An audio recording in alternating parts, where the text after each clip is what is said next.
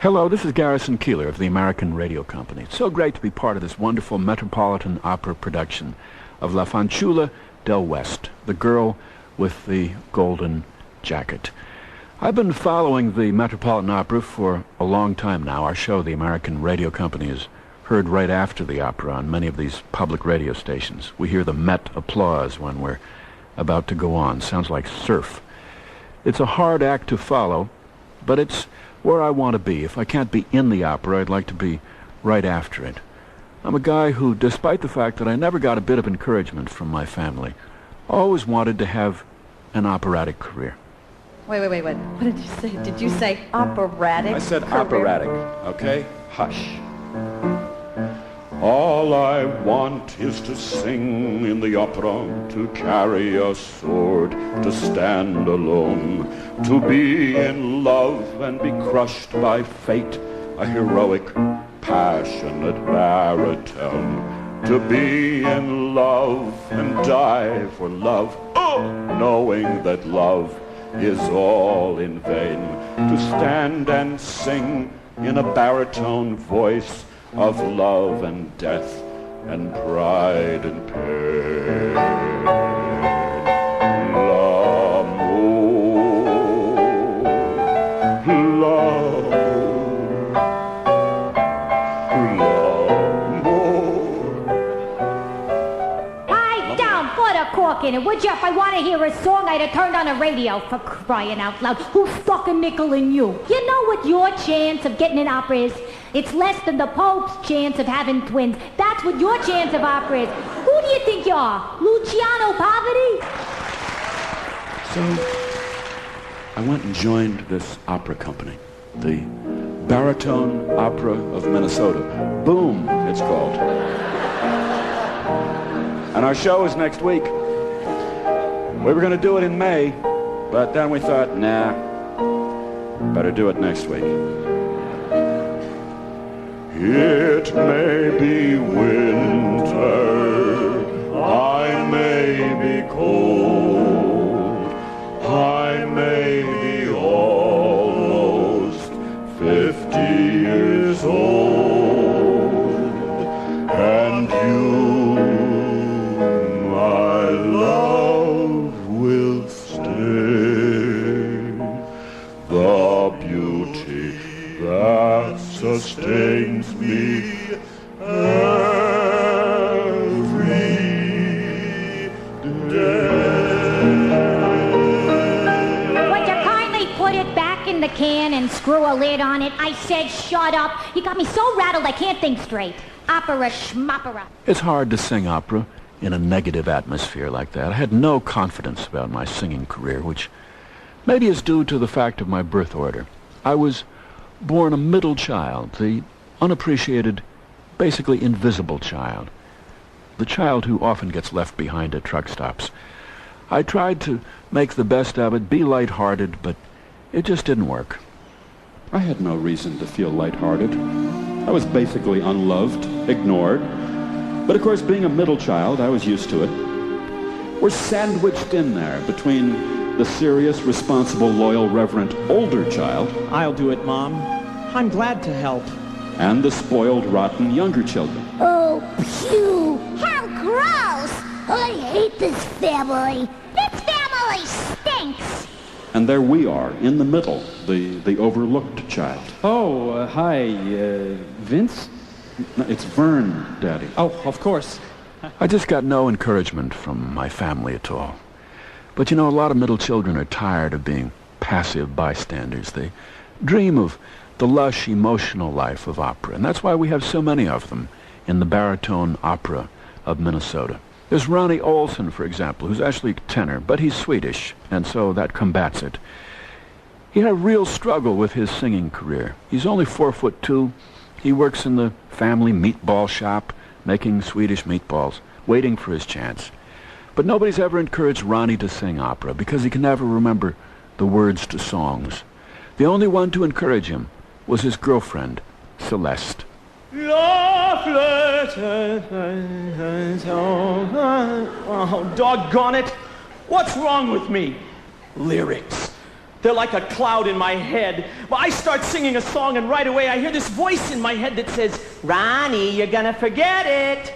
And I forget it. Darn it all, Celeste. How can a guy sing in the opera if he can't remember words? My Ronnie, they forget words all the time at the opera. They do? Yes. Half the words, they make them up. Yes, nobody notices. Nobody, just as long as it sounds Italian. I couldn't do that. You could sing on the opera broadcast.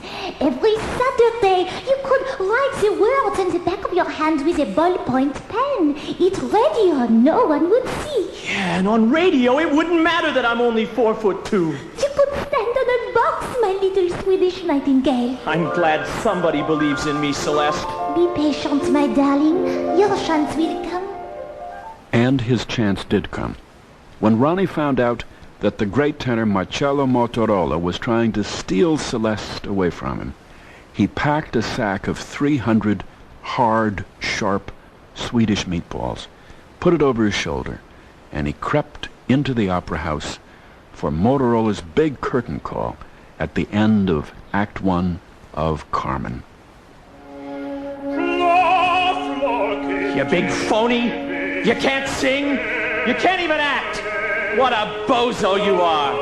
Take this, Motorola! How about another handful, Motorola, huh? Yeah, here's another one for you. How about 10 at a time, Motorola, huh? How about this, huh? Take it!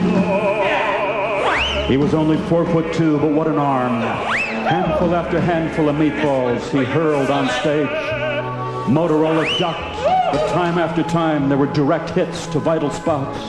One more. An amazing demonstration of accuracy. The audience awoke from its torpor, and it rose and cheered. Such pitching had not been seen in New York all summer and fall. And the conductor turned and waved to Ronnie to take the stage. Me? You want me? Up there?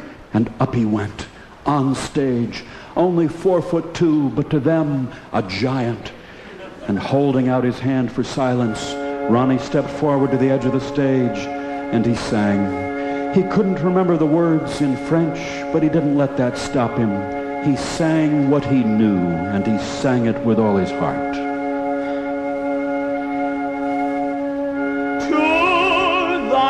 Self be true. Ask not what your country can do for you. Replace your divots on the fairway. In case of fire, use the stairway. Don't put your eggs in one basket.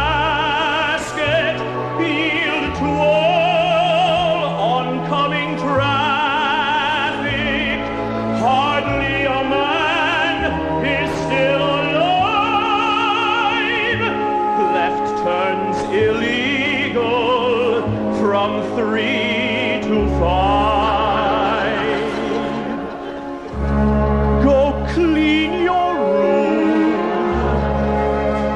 except where prohibited by law.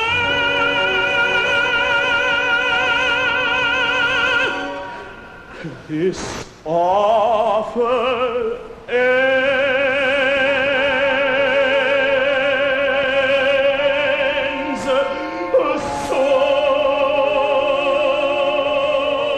He was a big hit.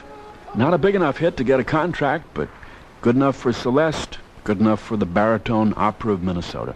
In fact, since Ronnie has such a hard time remembering the words to opera, we made it easier for him and let him sing things that he already knows, like recipes, for example. Scallopine di vitello, spaghettini con le coppe, rolla verde e giallo. What to make tonight for supper? Fettuccine al marrone, al pasto piemontese, aiella l'aragonese, zuppa alla genovese, but I feel a little lazy. I'll just toss a pasta, make a great pesto sauce, to give it grandiosity, then she'll love me. 1½ cups fresh basil, several cloves of garlic, yes sir, and 3 tablespoons of pine nuts. Chop it in a food processor. Add some salt and grind some pepper. Blend it smoothly thereupon with 1/3 cup olive oil plus a bunch of parmesan. Pesto can't be beat. There's nothing more you need. Romance is guaranteed. Come on,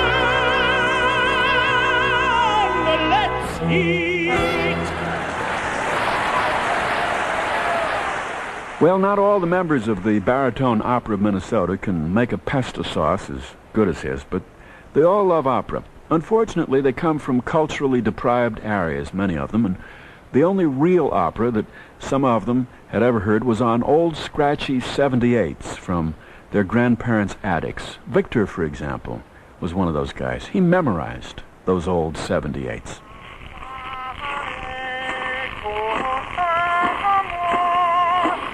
He learned to sing in a small, scratchy tenor voice.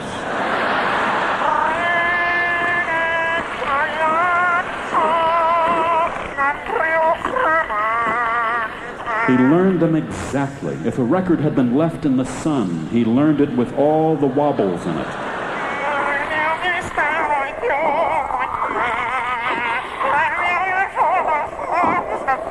And if the record had a locked groove, he'd learn it with all the repeats.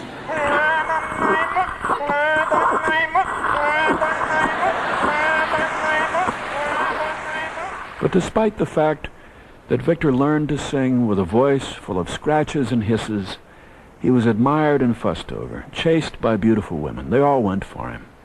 And the moment they did, that was it. They died.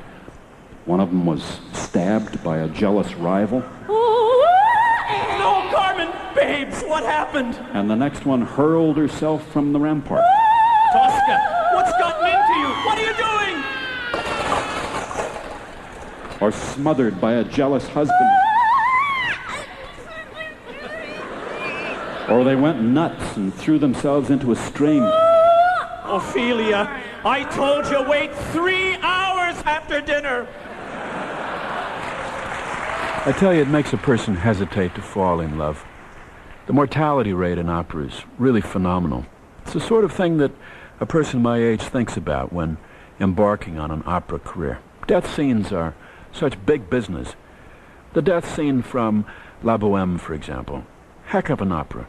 But that scene just goes on and on and on. We now settle in for the death scene, which takes upwards of 20 minutes or so. The soprano lies there on the bed like the Cascade Mountains, and despite her imminent demise, she manages to sing pretty darn loud. And just when you think she's going to croak, she hoists herself up and she sings a bunch more. She fades, and then she gets her second breath, and finally, when you'd kind of like to shoot her, she coughs her last. And she lies there deceased, her chest heaving from the exertion.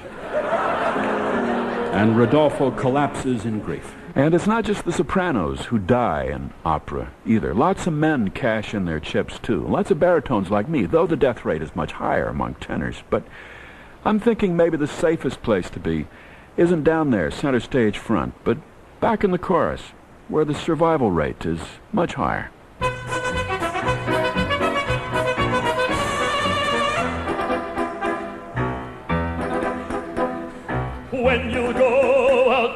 the opera, you'll get to see people with big voices die. They die with swords in hand, die on the burning sand, Tosca leaping boldly from a high parapet. Ah! It's why you go out to the opera, to see the stupid tenor bleeding where he fell. They die wasting away, they die poisoned to death, hitting lots of high notes with their dying breath. And they sing right up until they die, while they get barbecued or they get stabbed a lot. Opera roles require dying skills. Tenors die most every time, and most of them, in fact, deserve to. We're just a chorus, we don't really care. We've seen it all, life isn't fair. We're here to watch the spectacle go by, and we don't have to die. To us the tragedies don't mean a thing. We just show up and sing. We are the chorus, we can move the flats, carry the spears where funny pass. We stand in back and harmonize a lot as we wrap up the plot. And from our point of view, we recommend surviving to its end. Today's episode of Remedial Opera was brought to you by the American Radio Company. You've heard performances by Ivy Austin, George Dvorsky, Jerry Hadley, William Parry, Sue Scott, the Heart of Arc Choir, and music director Rob Fisher and the Coffee Club Orchestra. Thank you, and next intermission, I'll see you in the lobby.